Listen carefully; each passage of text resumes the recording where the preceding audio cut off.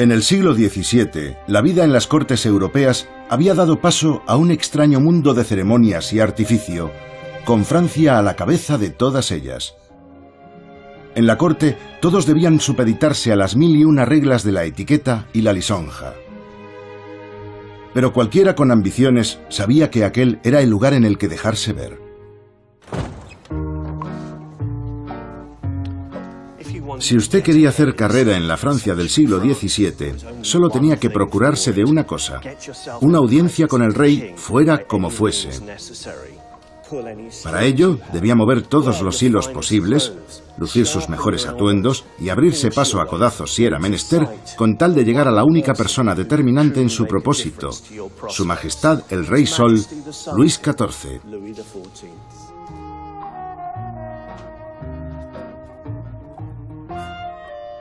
Luis eligió con toda la intención del mundo el sol como símbolo de su omnipotencia. Donde quiera que fuese, grandes muchedumbres orbitaban a su alrededor, miles de personas en ocasiones, con la única esperanza de granjearse su favor. Imperaba entonces el absolutismo, cuya concepción pétrea del poder tuvo su mejor reflejo en este palacio, el más suntuoso jamás levantado, Versalles.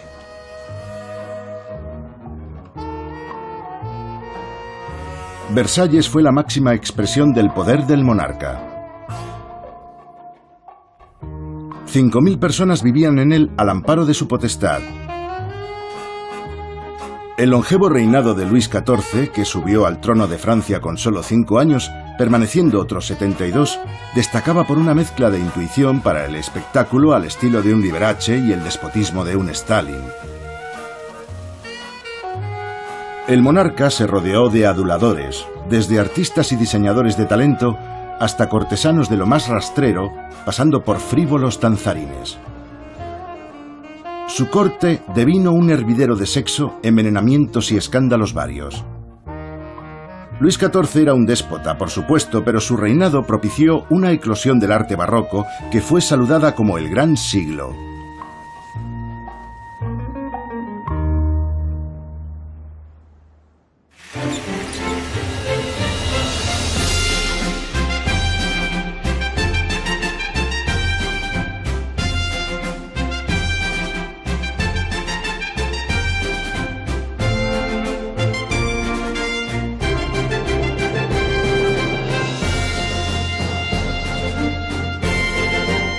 Manual del perfecto cortesano versallesco. Regla número 1. Construye el palacio más grande del mundo.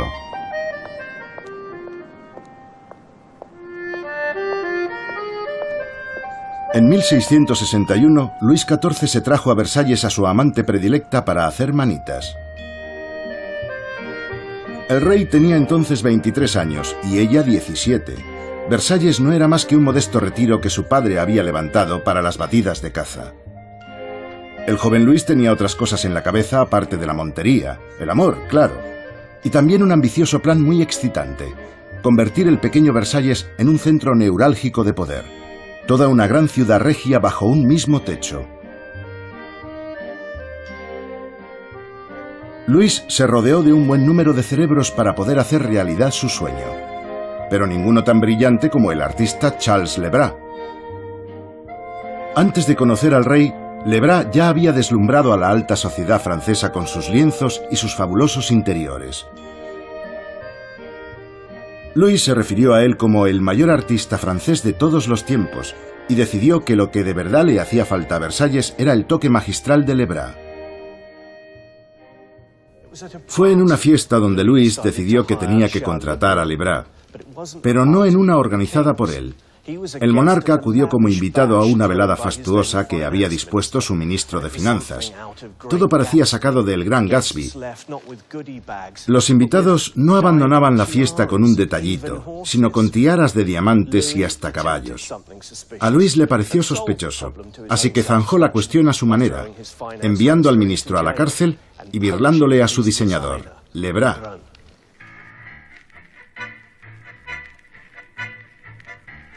¿Cuál era el secreto del éxito de Le Bras? Tenía un gusto exquisito, eso está claro. pero también era un apasionado de todo lo francés. Bajo la atenta mirada de Louis, Lebras llenó Versalles de lo mejor que Francia podía ofrecer. Tapices franceses, muebles franceses, esculturas francesas. Esta es la obra maestra de Lebras, el legendario Salón de los Espejos. Vidrio no falta. Entre candelabros y lámparas de araña suman casi 50, a lo que hay que añadir los 357 espejos. Lebras se trajo de Venecia a los mejores maestros artesanos para arrebatarles sus secretos y poder abrir en Francia una fábrica de vidrio y cristal. Después puso la guinda con sus propias y espléndidas pinturas. Un homenaje no demasiado sutil al monarca que alumbró la idea. Este techo es uno de los mejores ejemplos del arte barroco que se vayan a encontrar.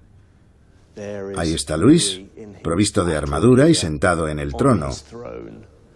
A sus pies, querubines y amorcillos se distraen jugando a las cartas y a otros pasatiempos. Y más arriba, los dioses lo observan todo con buenos ojos. Solo el dios del tiempo, con su reloj de arena y su guadaña, representa una amenaza para Luis, una amenaza fatal. Y es interesante que, aparte de su pobre y avejentada mujer en una esquina, el monarca es el único ser humano presente en la escena. Solo se hace acompañar por lo sobrenatural, por las deidades. El mensaje es evidente. El rey gobierna por sí mismo. Ningún otro mortal pinta nada aquí. Esta es la idea que Charles Lebras quiso poner de relieve en Versalles. Luis XIV como un dios omnipotente y lanzarrayos. Luis como el astro rey. Y como un heroico conquistador. No hay duda de quién era aquí el más bello del reino. Lebras salió bien parado por responder a tiempo: «Tú, mi rey». Se le recompensó con la dirección de la Real Academia de Pintura y Escultura, además de con una generosa remuneración. En Versalles traía cuenta hacerle la pelota al jefe. Regla número 2. No hay nada como lo francés. Supongamos que usted es un extranjero que busca complacer al rey. Lo mejor es seguir las reglas del país. Dios no quisiera que se olvidase de que el barroco francés era el estilo regio y elegante por excelencia. Para el gran arquitecto italiano Bernini, célebre por su magnífica Plaza de San Pedro, esa fue su perdición a su paso por Francia para dirigir la construcción de algunas obras para el Rey Sol. A pesar del reconocimiento unánime hacia su talento, a Luis no le gustaron los proyectos de Bernini.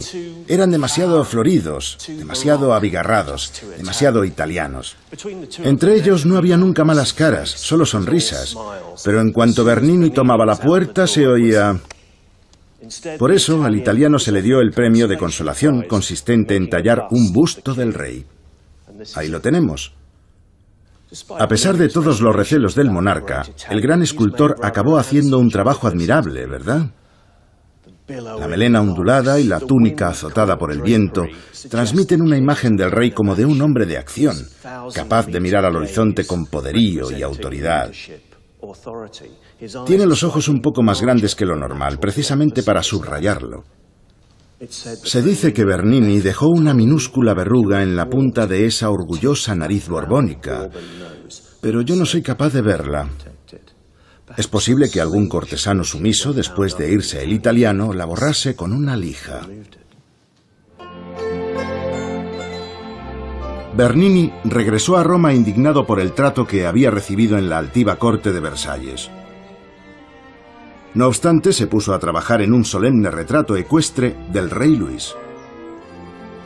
Cuando la escultura desembarcó en Versalles, al monarca le gustó tan poco que la mandó colocar en el último rincón de los jardines, donde no pudiera cruzarse con ella. El pobre Bernini nunca logró el beneplácito de Luis XIV. Regla número 3. Cuida tu jardín.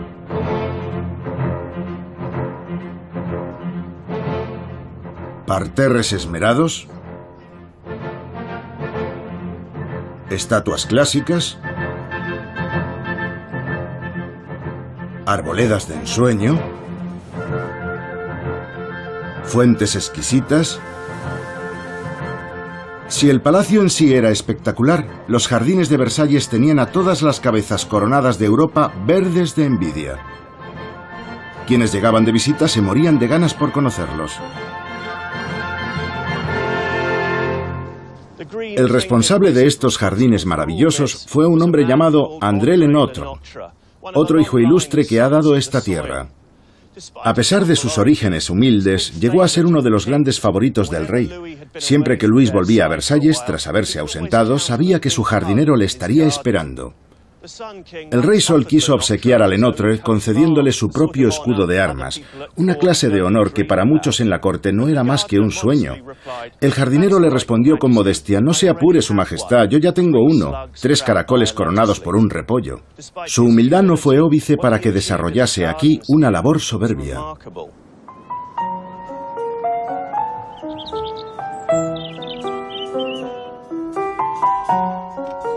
La estampa de ensueño se extendía hasta donde alcanzaba la vista.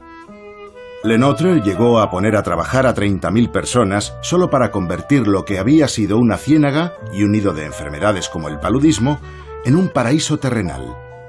Los jardines, trazados con precisión geométrica, contaban con una variedad de especies prácticas y exóticas al tiempo.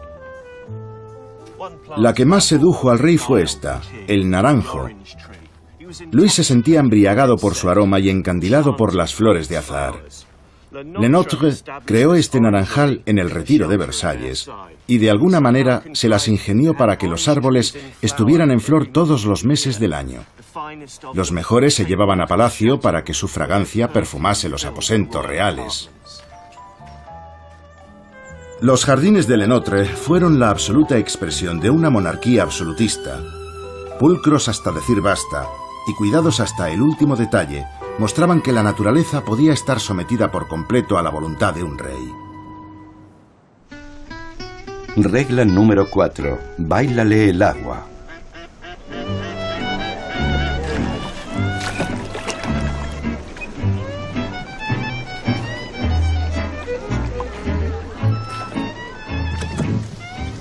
Para mejorar la vista desde palacio, Luis mandó construir un inmenso canal donde pudiera desplegar su flota de barcos de guerra en miniatura.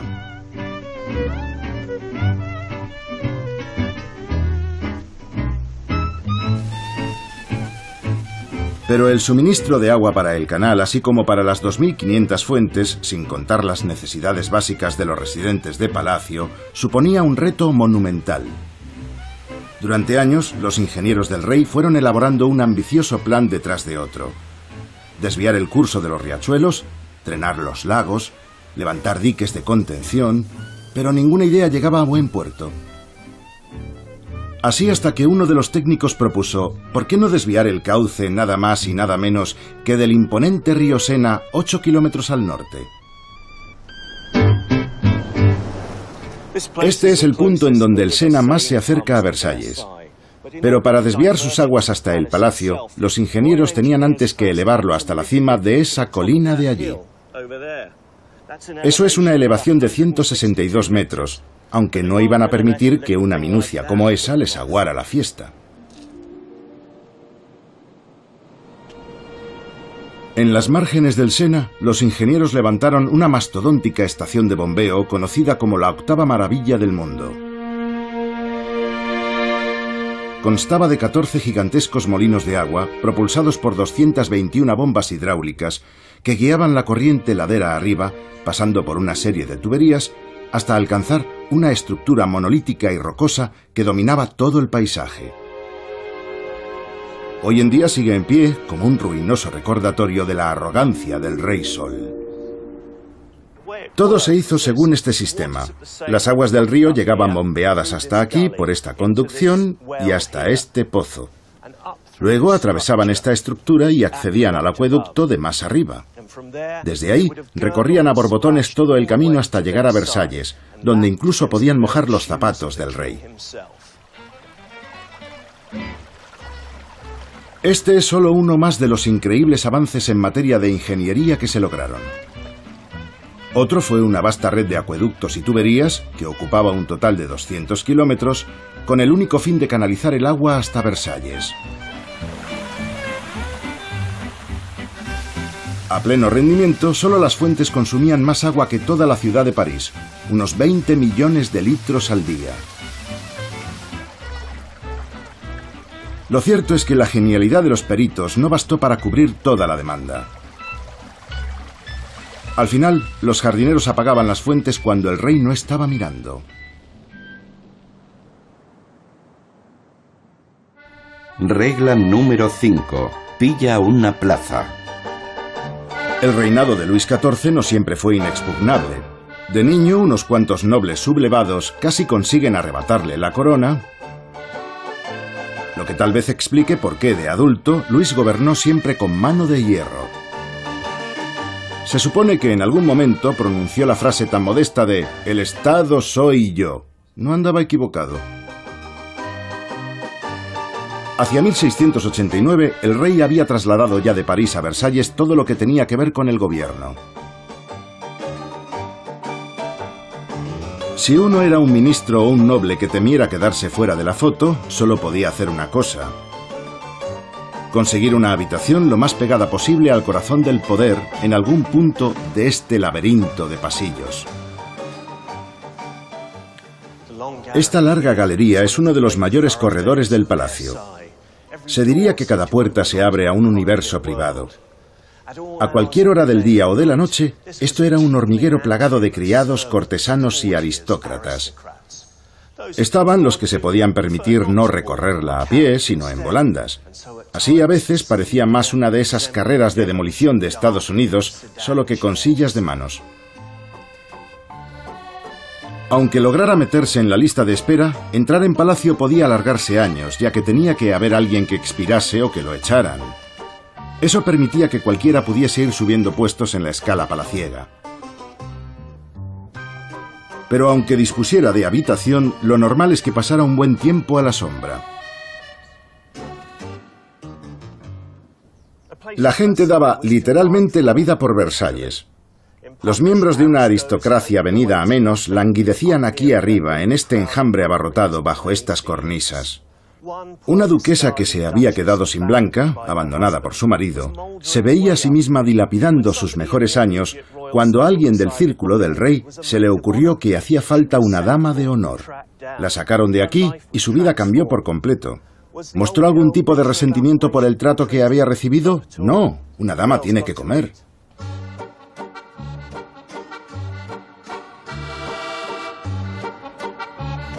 El rey había reunido a la flor y nata del país en el sitio donde él quería. Y quien vivía extramuros de la jaula dorada no era más que un cero a la izquierda. Regla número 6. Entra en el lugar privado del rey. A Luis le gustaba pensar que había abierto a todos las puertas de palacio. Al respecto dijo, si tiene algún carácter singular esta monarquía, es el acceso libre y fácil de los súbditos al príncipe. Pero los guardias tenían instrucciones para mantener alejada a la chusma. Había un riguroso sistema de admisiones. Los verdaderos privilegiados eran los que conseguían penetrar en la cámara privada del rey. Ya casi estamos. Este es el Everest de nuestra escalada social, la alcoba real. Pero un momento, todavía podríamos tirar por la borda todo ese esfuerzo ímprobo que hemos hecho, solo por tocar con los nudillos en esta moldura. Aunque parezca increíble, el protocolo señalaba que había que arañarla suavemente con el meñique de la mano izquierda y esperar la contestación. Por eso parece que en Versalles se puso de moda dejarse esa uña larga. Era una suerte de constatación de quiénes eran los privilegiados.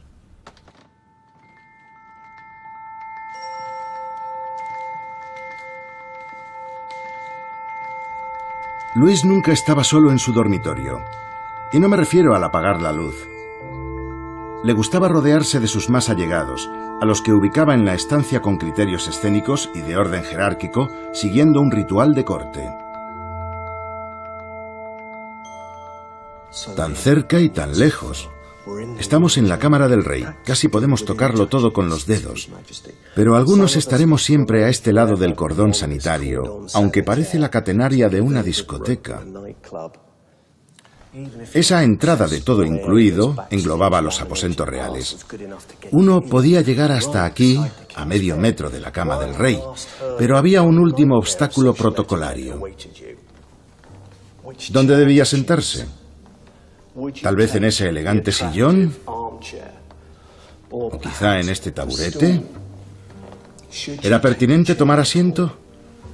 Lo mejor era que los más experimentados tomaran la iniciativa. Una mala elección y hubiera preferido la silla eléctrica. Hasta tal punto aquello suponía una muerte social.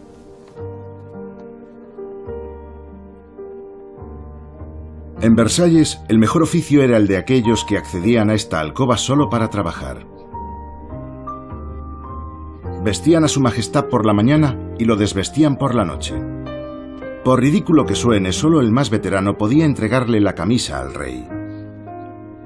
Cuando en la alcoba había varios gentilhombres de diferente rango, el monarca observaba cómo sus prendas pasaban de mano en mano según el escalafón.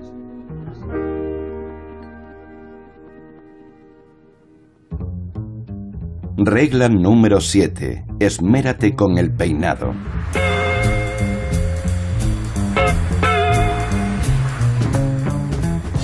Entre esos afortunados que vestían al rey en sus aposentos estaba un hombre cuya influencia llegaría a todas las cortes europeas. El peluquero real Benoît Binet. Monsieur Binet, experto en pelucas, estaba tan obsesionado con proporcionarle al rey un suntuoso peinado que en una ocasión amenazó con dejar calvas todas las cabezas del reino con tal de adornar la de su majestad. Fue, por decirlo así, el barbero del servilismo. Hasta mediados del siglo XVII los hombres llevaban peluca por necesidad. Era frecuente que la sífilis les provocara alopecia. Pero Luis XIV había heredado la calvicie y la disimulaba con un sencillo postizo. Gracias al tesón de Binet, el pelo del rey alcanzaría longitudes extraordinarias, o más bien alturas. Luis XIV fue el responsable de que los hombres empezaran a llevar esas melenas cardadas como distintivo de una determinada clase social. Los trasquiladores salieron al mundo para hacer acopio de cabellos humanos. Hacían falta 50 cabelleras para una peluca real. Hoy, una máquina fabrica un peluquín en horas. Sin embargo, Marie-Charlotte Quéant, experta en la confección de pelucas a lo Luis XIV para el teatro, trabaja con el mismo método exasperante de hace 400 años. ¿Eso es pelo de verdad? Sí. ¿Me puedes explicar qué estás haciendo? Claro, estoy implantando los cabellos. Primero hago un nudo en la redecilla y al final, cuando estén rellenos todos los agujeros, se convierte en una peluca. Nunca los he contado, pero puede que sean 5 o 6.000. Yo estoy utilizando la redecilla, pero en aquella época usaban una badana. Y para el pelo recurrían a uno natural o a crin de caballo. ¿Cuánto tiempo te lleva hacerlo? Entre 5 y 9 días para tener una peluca terminada. No importa mucho la longitud y el grosor del pelo. ¿Y eso de ahí qué es? ¿Tienes un animal atrapado o algo por el estilo? ¿Qué es eso? Esto es una carda. En aquella época ya existían. Eran de madera y clavos.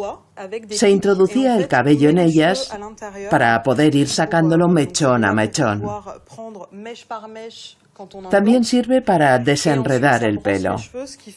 A la hora de quitar los nudos, nos facilita bastante el trabajo. Casi a la fuerza consiento que me pongan una peluca estilo Luis XIV. Gracias. Con suerte me libraré de los problemas de las pelucas del XVII. El polvo, las pulgas, los gérmenes causantes de jaquecas o dolorosos forúnculos. ¡Qué interesante! Siento un extraño escalofrío de poder y de autoridad por todo el cuerpo. Me gusta. Me la llevo. Regla número 8. Viste para impresionar. Todo el mundo era consciente de la importancia que el Rey Sol le daba a la vestimenta. Sentía pasión por las mejores telas y los diseños más ostentosos. Le gustaba vestir bien y que también lo hicieran quienes le rodeaban. El monarca solía exigir a toda la corte que renovase su fondo de armario en función de las últimas tendencias. E insistía en que cada uno se lo debía pagar de su propio bolsillo. El historiador Fabrice Conan es un erudito en la moda de la corte de Luis XIV. ¿Medias? Medias. Y sabe lo importante que era vestir correctamente si se quería presumir de un cierto estatus. Aquí me tienes, Fabrice. ¿Cómo lo ves? Empezando por la ropa interior. Perfecto. En esta época las enfermedades más graves se transmitían por el agua y el baño no era muy popular. Pero llevar ropa interior impecable era sinónimo de pulcritud. Era muy importante que te mudaras de camisa 2 o 3 veces al día. Si la gente veía que te habías cambiado, pensaba que estabas limpio. La suciedad solo se veía en la ropa. Por eso los trajes llevaban esos encajes y esas lazadas blancas, porque era una manera de demostrar que uno valía y ponía atención en su cuidado personal. Por tanto, el que hayas escogido una camisa tan blanca es todo un acierto. Y ahora viene el antecedente del traje de 3 piezas, versión siglo XVII. Primera, los calzones. Segunda, el chaleco. Este es el típico traje del siglo XVII. Era así de largo. En el siglo XVIII ya se acortó. ¿Y quién llevaba esto? ¿La clase alta o la clase media? Bueno, lo llevaban todos. Pero sí, es cierto, cambiaba según el nivel social. Podía lucir más adornos, más oro, plata o incluso diamantes. De acuerdo, ¿procedemos? Sí, Sí, señor. Sí. pues... Creo que aporta cierto aire de grandeza. ¿Y hay que abrochar todo esto? Sí, todo. Me lo temía. Gracias. Es muy largo. Sí que es largo. Vas entendiendo. Sí. ¿Se vestían solos los caballeros? No, nunca jamás. Ya está. ¿Qué haces con ese encaje? ¿Por qué me tienes que poner un encaje? Bueno, cuanto más rico eras, más prendas de encaje llevabas. Al principio del reinado de Luis XIV se llevaban piezas muy largas, como esta gola, que luego se fueron haciendo más pequeñas. Permíteme. Claro. Muy bien. No aprietes mucho, Fabrice. Ah, para ser un cortesano hay que sufrir. Perfecto, así. Muy bonito. Y ahora... La joya de la corona, ¿no? Sí, es una casaca bordada en terciopelo. Es un primor. De lo más hermoso que se puede lucir en la corte, como es natural. Así, eso es. Muy bien, perfecto. ¿Tú crees? Sí, a tu medida. Quizá no esté listo para la corte, pero sí para el teatro. Ahora solo hacen falta unos zapatos para estos pies tan delicados. Pero no un zapato cualquiera. Ya ves que tienen los tacones rojos. ¿Sí? ¿Y eso? No sabemos por qué se llevaban así en la corte. Hay quien sostiene que un día Luis XIV, volviendo de una fiesta en París, iba andando por la calle y pasó por una carnicería donde había rastros de sangre. La pisó y volvió a la corte con manchas en los talones, de modo que... ¿Todo el mundo? Sí, claro, todo el mundo enseguida pensó que aquello era una moda, pero no sabemos el motivo. El caso es que en Versalles todos lucían estos tacones rojos. ¿Cómo no? Con tu permiso. Y los llevaban con medias. Me temo que sí. Y aquí tenemos de nuevo aquella peluca. Se ajusta a la cabeza, un poco para atrás. Y una espada para que quede claro que pertenezco a la nobleza. Pero aún falta ponerle la guinda al pastel, ¿vale? Y en la cabeza. Será si queda sitio por ahí arriba. Muchas gracias, Fabrice.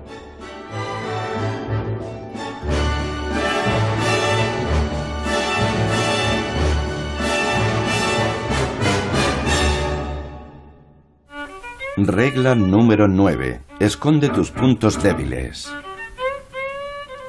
Si uno iba a pasar algún tiempo en compañía del rey, lo mejor es que se presentase con sus necesidades hechas.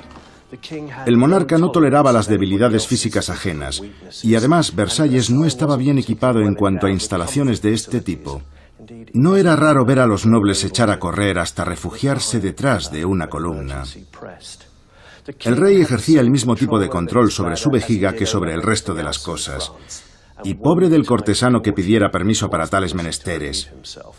Pocas veces se escucharon ciertos sonidos reales.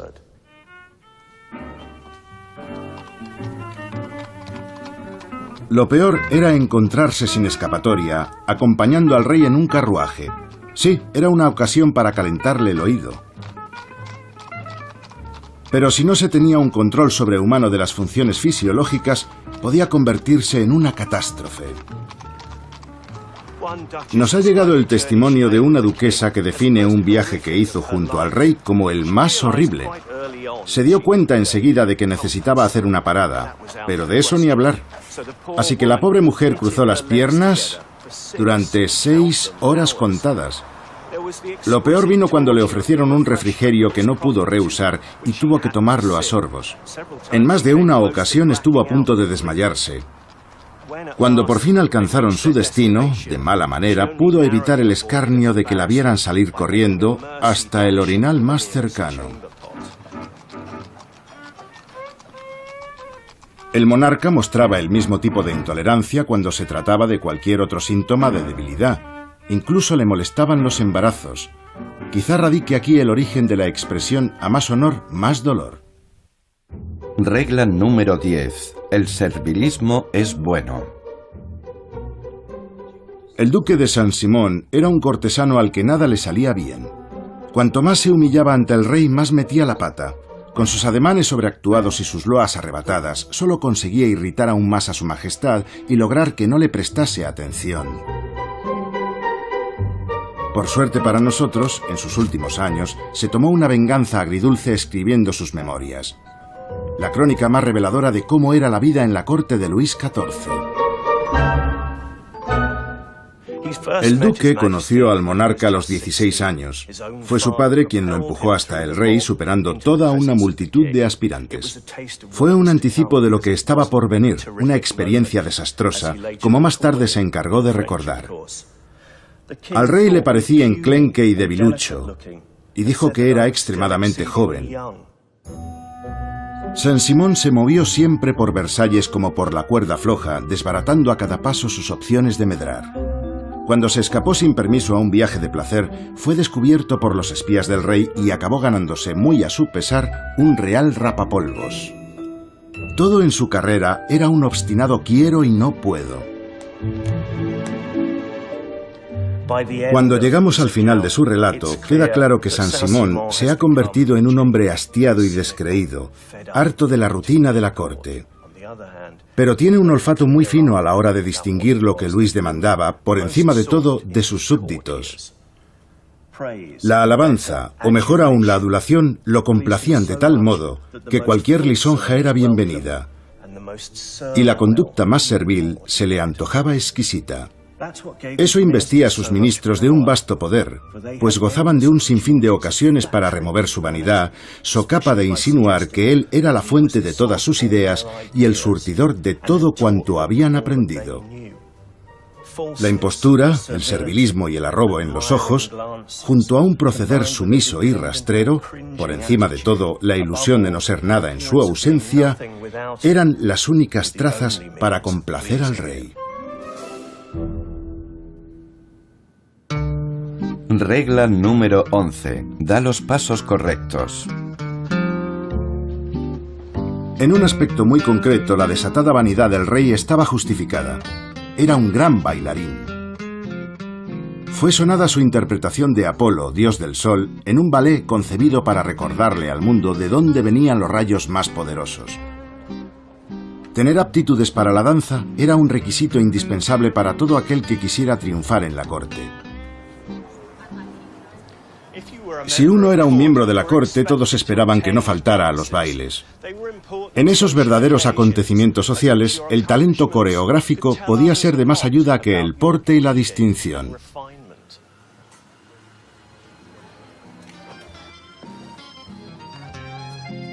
Con mi maravilloso calzado barroco voy a seguir los pasos de todos los cortesanos versallescos que tomaron lecciones en el imprescindible arte del movimiento.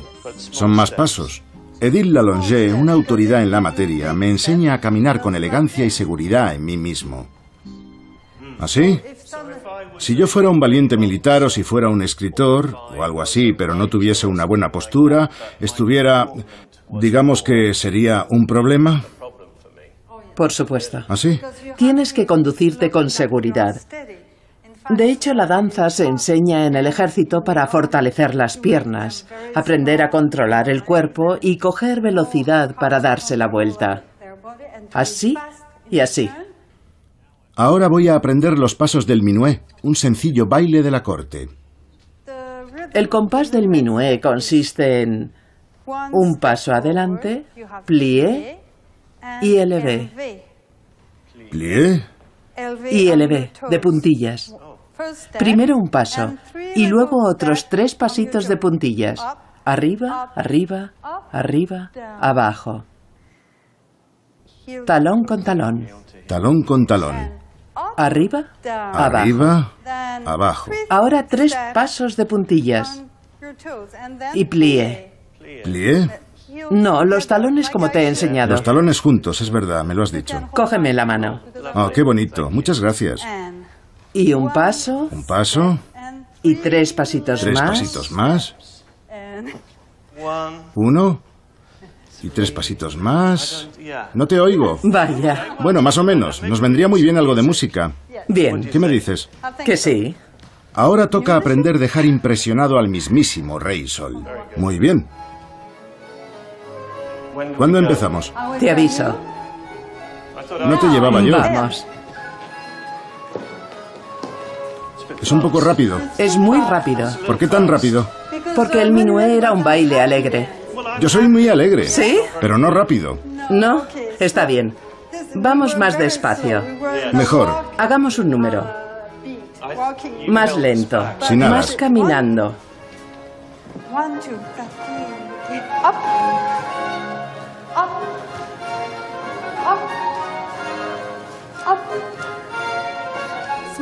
Como olas pequeñas y grandes. Precioso. Pero me da que ya lo has hecho antes. Así no. ¿Lista? Espera. ¿Demasiado rápido? Ahora.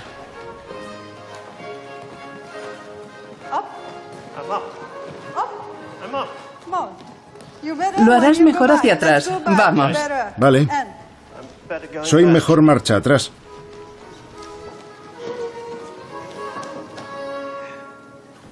Me lo he pasado muy bien. ¿Sí? Gracias por el baile. El placer es mío. Regla número 12. Deja que el rey lleve la voz cantante. Luis XIV era un apasionado de la música, hasta tal punto que tenía a su servicio un conjunto que viajaba con él a cualquier parte. Con el Rey Sol, Versalles se llenó de una música que, en la actualidad, la Compagnie Baroque se encarga de recrear con fidelidad. El hombre que compuso la banda sonora de Versalles fue el músico de corte Jean-Baptiste Lully.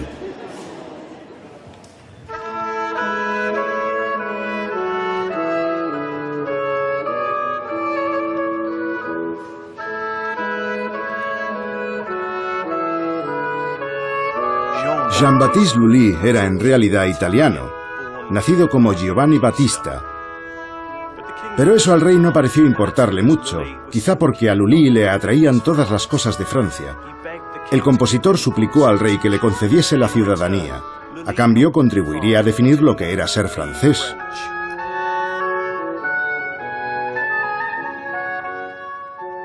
El prolífico Lully escribía piezas nuevas para su majestad cada día.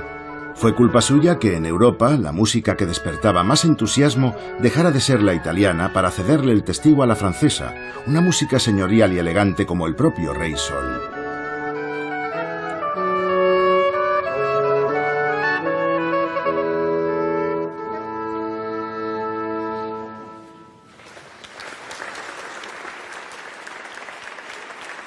El reinado de Luis XIV supuso una edad de oro para la música francesa. Aparecieron grandes maestros como el violagambista Marin Maguet. el organista y clavecinista François Couperin y el prolífico Marc-Antoine Charpentier, cuyo Te Deum sigue sonando hoy en día como la célebre sintonía del Festival de Eurovisión. Regla número 13. Procura que al rey se le haga la boca agua. El rey encarnaba a toda la nación y no dejaba de tener su importancia cómo se alimentaba. En Versalles había una batería de cocineros cuyo trabajo consistía en ofrecer puntualmente banquetes dignos de un rey. La gente podía ver y oler cómo el monarca era capaz de saciar su legendario apetito dando cumplida cuenta de docenas de platos.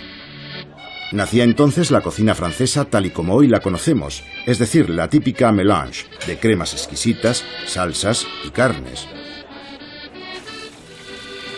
Y tampoco faltaba el pescado en la mesa de gala, adornado y servido a las mil maravillas. Muchas gracias.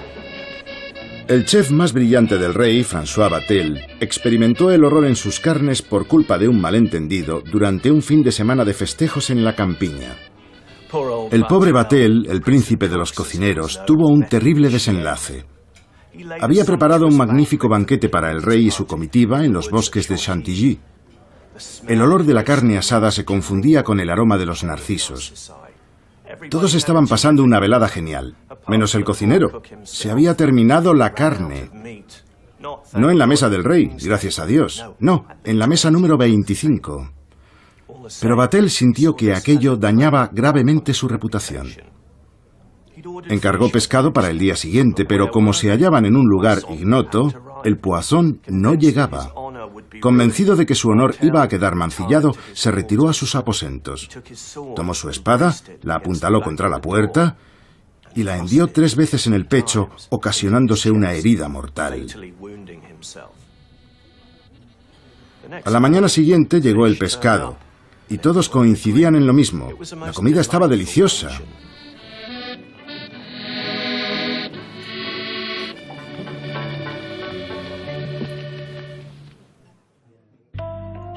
Regla número 14. En la cama con el rey.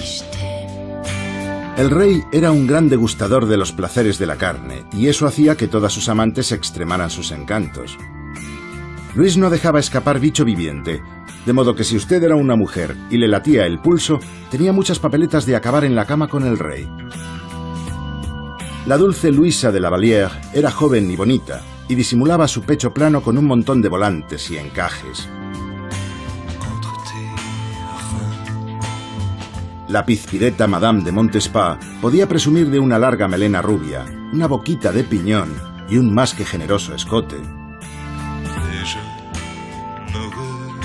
De la despampanante duquesa de Fontanes se decía que era bella como un ángel y más vacía que un cesto. Y aún quedaba la estupenda y madura Madame de Maintenon, que trató de domesticar al lujurioso monarca. Este es el patio de mármol, en pleno corazón de Versalles. La ajetreada vida amorosa del rey tenía mucha relación con la propia arquitectura del lugar. La reina estaba cómodamente instalada en esos aposentos. Los del rey, incluida la alcoba por excelencia, son los que están a mis espaldas, y aquí es donde se alojaba la concubina correspondiente. A Luis y a su amante les gustaba escudriñar las idas y venidas de la corte. Y por eso de las ventanas escapaban risas y cuchicheos. Y también, claro, algún que otro ruido procaz. No es extraño que a los cortesanos les entrara el pánico cuando pasaban por allí, un gesto que denominaban emprender el camino al cadalso. Si una conseguía sacar la plaza de amante oficial del rey, ya sabía que le iba a llover todo tipo de privilegios. Pero no nos engañemos, cuando el rey se ponía juguetón, no valía tener dolor de cabeza o no dudaría en interesarse por otra. Sin embargo, uno de los cuadros preferidos de Luis ofrece una inquietante doble lectura viniendo de un hombre tan rijoso como él. El motivo, como es obvio, apunta al rey David tocando el arpa. Luis era un diletante de un buen número de expresiones artísticas, sobre todo de la música, así que encaja. La obra también establecía un diálogo con su fuero interno. Al fin y al cabo, el rey David está levantando la mirada para suplicarle al Altísimo que le perdone su asunto con Betsabé, con la que había mantenido una relación adúltera.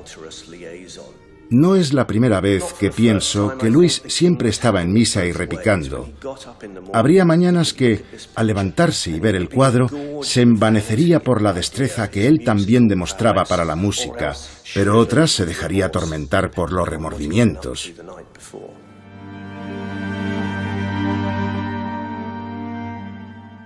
Regla número 15. Recurre a las malas artes para seducir. Estamos en el año 1666. La amante real de ese día era Madame de Montespa, un bellezón con un ingenio más afilado que una hoja de afeitar.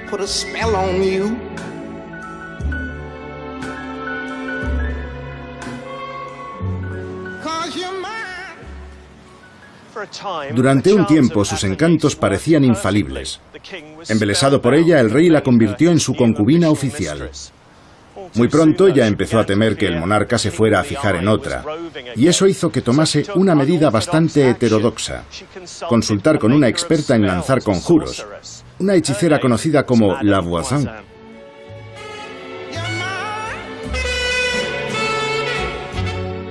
La Voisin era una bruja que tenía entre sus clientes a mucha gente de renombre, pero ninguno era tan íntimo del rey como Madame de Montespa.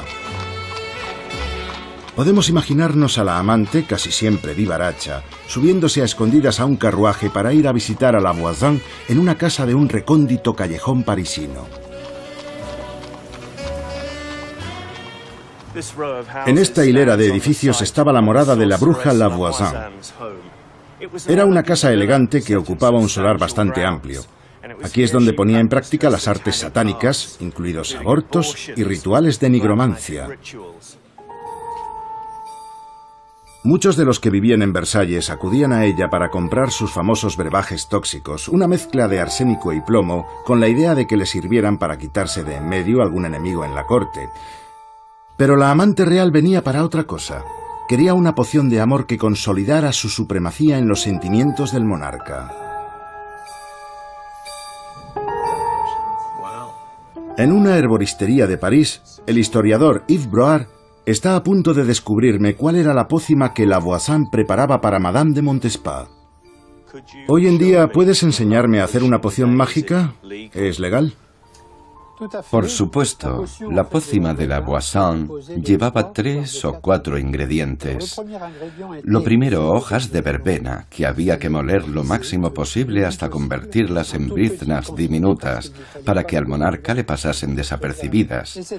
La verbena era una planta bien conocida, a la que se le daba el nombre de hierba sagrada, o también hierba de las brujas. ¿Y se echaba en la comida? ¿Esa era la idea? Sí, la escondían en la comida. El segundo ingrediente básico provenía del mundo animal. La cantárida, un pequeño insecto como una mosca, que de hecho es más conocido como mosca española. Esto es un líquido preparado que ya contiene el insecto. Vamos a mezclarlo ahora con la verbena molida. La mosca española estaba considerada como un poderoso estimulante sexual. ¿A qué te refieres con sexual? ¿Qué es eso? Un excitante. Un afrodisíaco, un excitador sexual. Ya me hago una idea. Exacto, ya lo creo. Un famoso cirujano del siglo XVI cuenta la historia de una dama de la corte que quería conseguir los favores de su amado y un día le puso una pizca de este afrodisíaco en la comida en el momento de servírsela. Acabó con una enorme erección que solo la muerte pudo tumbar, ya que la poción le causó una hemorragia interna que resultó letal. Y había aún un tercer ingrediente, la sangre de una menstruación. No era nada difícil ver a la gente recogiendo el menstruo para curarse de la anemia o procurarse un vigor fuera de lo común. Aquí tenemos la sangre. Esta es artificial. Hay una falsa leyenda que habla de su poder como reconstituyente. Y a veces Lavoisin, para asegurarse, añadía un cuarto ingrediente que era un trocito como este de mandrágora. Se decía que era asimismo un afrodisíaco de lo más potente y también que era más efectivo si se había plantado al pie de una horca, donde se colgaba a los reos, ya que se alimentaba del esperma de los ahorcados. Todo esto es como una especie de vudú a lo grande, ¿no? ¿Lo has puesto en práctica? Nunca. ¿De verdad? Si quieres, hacemos la prueba contigo. La poción de amor parece que hizo efecto porque la amante del monarca notó una clara mejoría en el dormitorio real. Lamentablemente todo estaba a punto de desmoronarse para la hechicera, su amiga Lavoisin. En 1679, la policía de París andaba investigando una serie de muertes sospechosas. Habían descubierto que existían muchos casos de envenenamiento entre miembros de la alta sociedad. Lavoisin fue acusada de ser uno de los principales suministradores. Junto a otros cuantos traficantes fue torturada, juzgada y enviada a la horca. Este maravilloso y espeluznante grabado de la época nos muestra cómo la historia de Lavoisin vino a saciar la sed de episodios truculentos que tenía la plebe. Se la describe como fuente de tantos males, maldita criatura, que con 1001 venenos destruyó la natura. Aquí la vemos cercada por una serie de fuerzas demoníacas. A la derecha, la muerte en persona con su guadaña bien afilada. Y en el flanco izquierdo, las 3 parcas a punto de cortar el hilo de su miserable vida. Al principio, el rey andaba detrás de la investigación y quería que se llegara al fondo de aquel terrible asunto. Pero entonces empezó a circular el rumor de que una de las personas implicadas no era otra que su propia amante. ¿Qué podía hacer? Bueno, el rey hacía lo que le daba la gana y tomó una decisión. Tumbó la investigación, eliminó las pruebas que incriminaban a su cortesana favorita y, cómo no, salvó el pescuezo. Un detalle sin importancia para entonces es que 36 personas habían pagado con su vida aquel lamentable suceso. Regla número 16. Sonda al rey con extremo cuidado.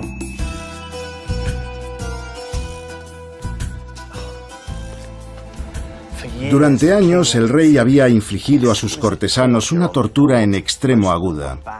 A la mayoría de ellos se les prohibía sentarse en su presencia. Ahora, sin embargo, había llegado la hora de tomar su propia medicina.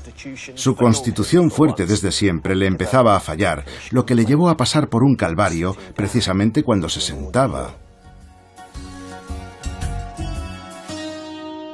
A Luis le salió algo indigno y muy doloroso, una fístula anal.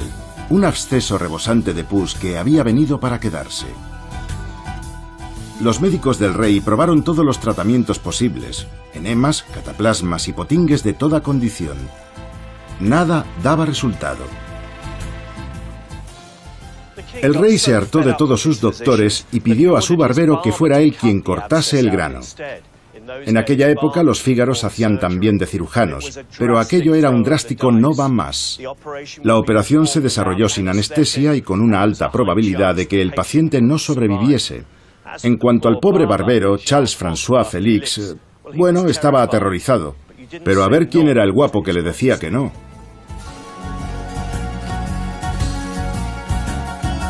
Monsieur Félix buscó a fondo otro tipo de herramientas para dar con algo que pudiera mejorar sus posibilidades de éxito.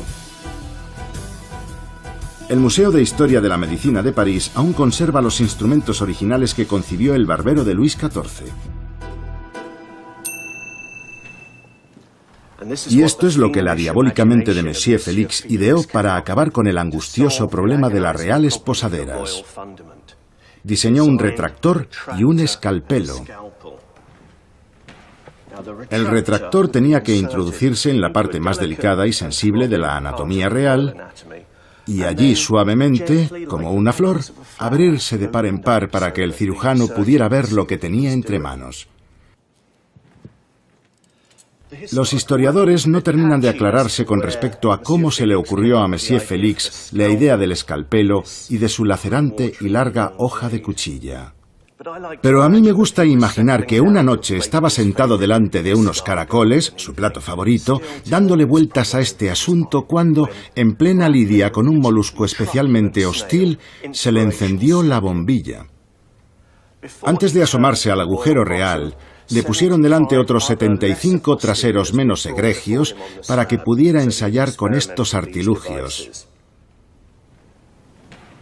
Su Majestad se sometió a la operación sin un gemido o balbuceo. Contra todo pronóstico, la intervención fue un éxito. El rey se encontraba feliz de nuevo. A su barbero de la suerte lo colmó de bendiciones, además de honores, títulos y riquezas. Y la operación en sí se convirtió en cita obligada del moderno París. Algo así como el Botox de la época. Lo llamaban el Real. Y quienes estaban a la última se decían unos a otros: ¿te has hecho ya un real? He oído que fulana se ha hecho un real. Regla número 17. Idolatra a tu rey. Los retratistas de Luis XIV fueron los que se encargaron de proyectar la poderosa imagen del Rey Sol al resto del mundo. Y Assan Rigaud, que se hizo un nombre por llevar al lienzo a todos los nobles de Versalles, era sin duda dentro de las artes el asesor de imagen del monarca por excelencia. En 1701, Rigaud tuvo que enfrentarse a un gran desafío: retratar a un envejecido Luis sin menoscabar su gloria.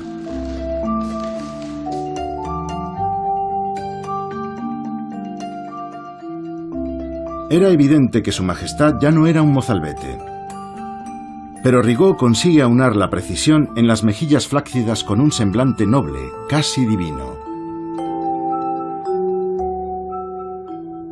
Y no se pierdan estas piernas. No están mal para tener 63 años. Con razón Luis XIV dispuso que fuera este su retrato oficial, una imagen para la eternidad. Este era el cuadro original. En él, los ojos del rey perseguían al espectador por toda la estancia, porque nadie se atrevía a apartar la mirada. Estaba prohibido no situarse de frente al retrato de su majestad, lo mismo que iba contra las reglas darle la espalda. Cuando se ausentaba de la corte, esta representación de cuerpo entero ocupaba su lugar en el salón del trono. Se hicieron reproducciones para llevarlas en procesión por las provincias del reino, como si fueran imágenes de santos o mártires. Más que una obra de arte, era como la síntesis de una transustanciación, como si la presencia inefable de su majestad hubiera calado ella sola en el óleo y el lienzo.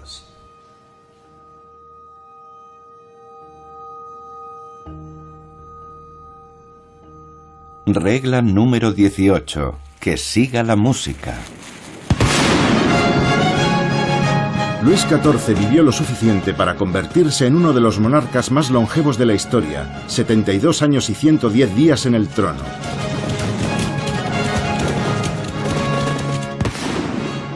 Fue una época de luces y tramoyas sin igual.